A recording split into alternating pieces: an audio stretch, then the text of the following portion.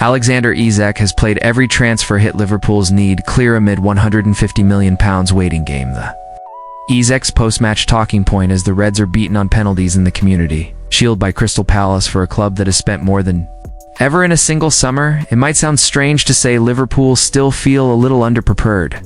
Yet with their Premier League title defense set to begin in just 5 days, the penalty shootout loss to Crystal Palace in the Community Shield has highlighted areas where the champions could still improve. The 2-2 draw with the FA Cup holders was not some sudden wake-up call for Arne Slot about his squad's flaws, but it did underline the need for further tactical adjustments and transfer activity before Liverpool are truly ready to go again. Hugo made a strong impression, but remember, he only joined us about a week and a half to 2 weeks ago, right? At the end of our Asia tour, Slot explained, reflecting on Hugo Ekitik's lively 70-minute display on Sunday. With just 3 or 4 days before Friday's game, it would be risky to play him for the full 90. We have Federico Chiesa, but he also missed the Asia tour, so our options for rotation are limited. If Hugo picked up an injury now, it would be a huge blow ahead of Bournemouth, Newcastle, and Arsenal. Ekitik, who arrived from Eintracht Frankfurt last month in a £79 million deal, has already shown sharpness, strength, and elegance in his limited minutes. For now, though, he remains Liverpool's only recognized senior center forward. Cody Gakpo, always a flexible and creative attacker, continues to be used on the left, the position where he's shown for PSV in the Netherlands, and with last season being his best yet at Anfield. There's little incentive to move him. That decision makes even more sense now that Luis Diaz has joined Bayern Munich for £65.5 million. 16-year-old Rio Ngamoha has caught the eye in pre-season, but he's still developing and not yet ready to push Gakpo for a starting role. As things stand, Liverpool have 4 senior forwards plus Ngamoha, and one of those, Federico Chiesa, is still struggling to fully convince. The Italian arrived from Juventus a year ago with a big reputation, yet has shown little so far to justify it. Transfer rumors around him persist, and his game time remains scarce. Well, we've just lost Darwin, Virgil van Dijk said at Wembley. He's gone to Saudi. We've lost Lucho Diaz to Bayern. There's always room for another attacker to strengthen us. Let's see what the transfer window brings in terms of balance. Said last year, we had to trust the club and the board to make the right decisions, and I still think they've done a pretty good job. The exits of Diaz and Nayans have inevitably sparked debate. Liverpool have still looked slick in attack during the 2 matches without the South American pair, but over the course of a season, the depth clearly won't be as strong. The tragic loss of Diogo Jota in early July casts its own shadow, yet both Diaz and Nayas had made it known they wanted to leave, meaning sporting director Richard Hughes must surely have a plan in mind. A major part of that plan seems to revolve around Newcastle's Alexander Isak, who has been actively angling for a move. He skipped the club's Far East tour, citing a minor thigh problem, trained briefly with former club Real Sociedad, and only recently returned to Newcastle, working away from the main squad. Eddie Howe has criticized his behavior and even banned him from a family barbecue at the training ground, a sign that his time on Tyneside may be ending, though selling him remains a painful prospect for Newcastle.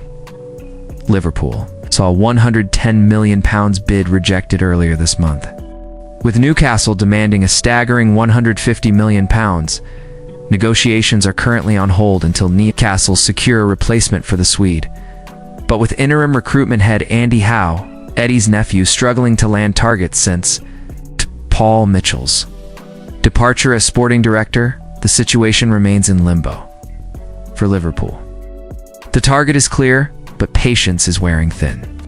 If Hughes can't strike a deal, Slot may be forced to rely on his current options while Newcastle's saga drags on. The Reds know exactly who they want to spearhead their attack. Now they just have to wait and see if the move can be pulled off. At 21, he's expected to sign a long-term contract and becomes the latest high-profile addition to United's attack. Raising further questions about Higuain's future, transfer expert Fabrizio Romano reports that United are also exploring goalkeeping reinforcements, with Antwerp's Cy Lamens remaining on their show. Said Romano said, "Goalkeeper can be a possibility. Lamens from Antwerp remains a name on the list. Manchester United's summer business is far from finished. However, the pursuit of Baliba looks set to be one of their toughest challenges yet. With Brighton holding all the cards, any deal would break transfer records and send a strong message of intent from Old Trafford. Regarding Højlund, United have expressed willingness to let the Danish striker leave on loan this summer. But according to Romano, Højlund insists on staying to fight for his place. He has slipped down the pecking order following the arrival of Sesko.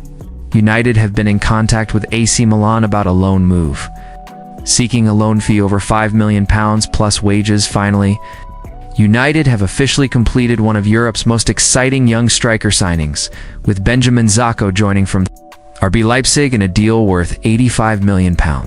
Romano confirmed the blockbuster transfer, revealing the £76.5 million upfront fee plus £8.5 million in add-ons, which Leipzig requested and are expected to be easily achieved after weeks of speculation. In competition from Newcastle United, Sesko made it clear he wanted Manchester United. Personal terms were agreed swiftly, binding the Slovenian striker to Old Trafford until 2030.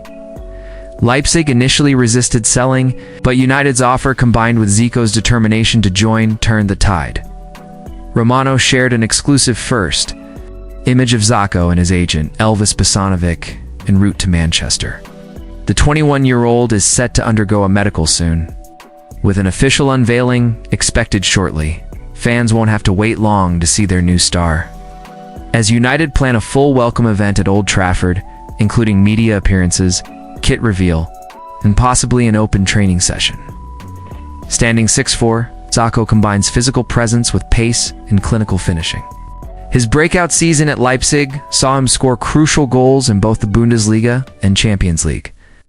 Earning comparisons to Erling Haaland for his movement and composure, manager Rangnick believes Sesko perfectly complements United's attacking options, providing a focal point who can finish chances and link up play.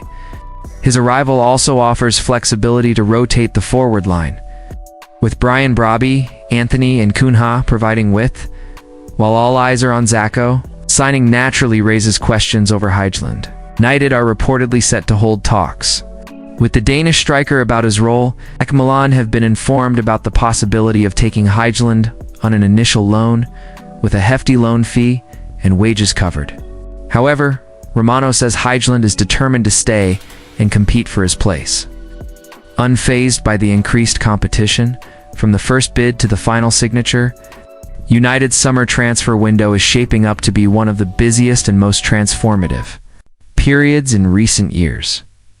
This summer, one of Manchester United's most closely watched transfer pursuits has finally reached a breakthrough. With the deal now complete and the player en route,